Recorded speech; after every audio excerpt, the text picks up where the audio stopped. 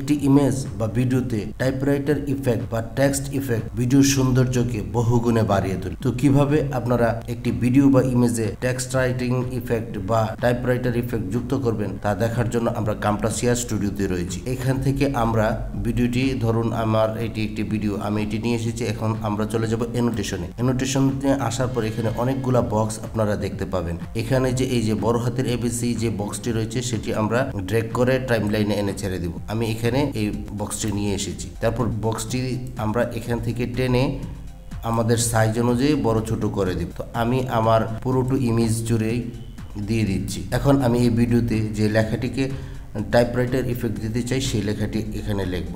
ধরুন আমি লিখছি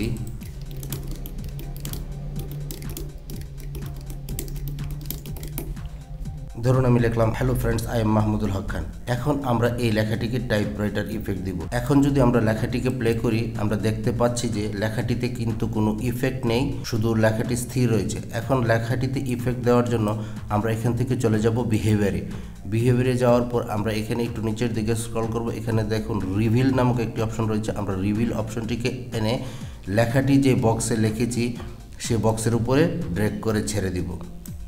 ছেড়ে দেওয়ার পর এই যে ডান পাশে দেখুন বিহেভিয়ার্স, তার আন্ডারে রিভিল এবং রিভিলের আন্ডারে ইন, ডিউরিং এবং আউট নামক তিনটি অপশন রয়েছে। তো আমরা প্রথমে চলে যাব ডিউরিংয়ে আসার পর এখানে স্টাইলে রিভিল থেকে আমরা নান এই ড্রপডাউন বাটনে ক্লিক করব। ক্লিক করে এখান থেকে আমরা এটা নান করে দিব।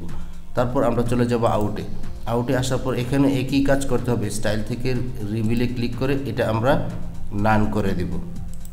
তারপর প্রথমটাতে চলে আসবো ইনে আসার পর আমরা এখান থেকে যে টাইপ যে অপশনটি রয়েছে সেটাতে ক্লিক করব।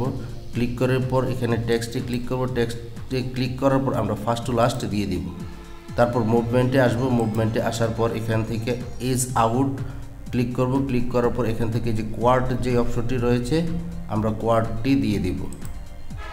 দিয়ে দেওয়ার পর এখানে এই যে স্পিড রয়েছে 88%, আমরা এটাকে 100% করে দিব এবং এই অফসেটটা আমাদের লেখার গতি বৃদ্ধি বা স্লো করবে। তো আমরা আমাদের প্রয়োজন অনুযায়ী অফসেটটাকে বাড়িয়ে বা কমিয়ে নিব।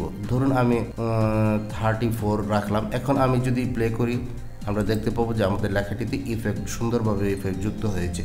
তো এই ইফেক্টটিকে আপনি আরও বাড়াতে বা কমাতে পারবেন এই অফসেটটিকে বাড়িয়ে বা কমিয়ে। তো আমি আরেকটু কমিয়ে দিচ্ছি আপনাদের বোঝানোর সুবিধার্থে। এখন যদি প্লে করি এই যে দেখুন আর একটু দ্রুত হয়েছে। তো এইভাবে আপনি কোনো ইমেজ বা ভিডিওতে টাইপরাইটিং ইফেক্ট যুক্ত করে আপনার ভিডিওর সৌন্দর্য বহুগুণে বাড়িয়ে তুলতে পারেন এবং দর্শকদের সঠিক তথ্য দিতে পারেন। তো বন্ধুরা, এ পর্যন্ত ছিল আজকের এই ভিডিওটি।